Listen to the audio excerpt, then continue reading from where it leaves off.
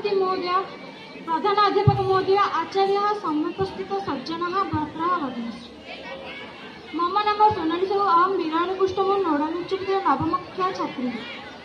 अद्य अहम भवतां समीक्षे गणतंत्र दिवसस्य उपरि किञ्चित् वक्तुम् इच्छामि, ध्यानेन शृण्वन्तु। त्रुटिः भवति चेत् क्षम्यताम्। 500-अधिकवर्षतः वर्षे जान्वरी मासस्य 26तमे दिनाङ्के अस्माकं देशस्य भारतस्य 100 संविधानम् अभवत्।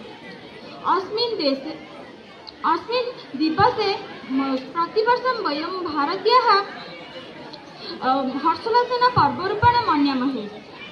अद्य सम्पूर्ण भारतवर्षे स्थाने स्थाने गणतन्त्र दिवसं पर्वरूपेण आयोजयन्ति। दिल्ल्याः रक्तदुर्गस्य उपरि अस्माकं देशस्य राष्ट्रपति महोदय ध्वजारोहणं करोति।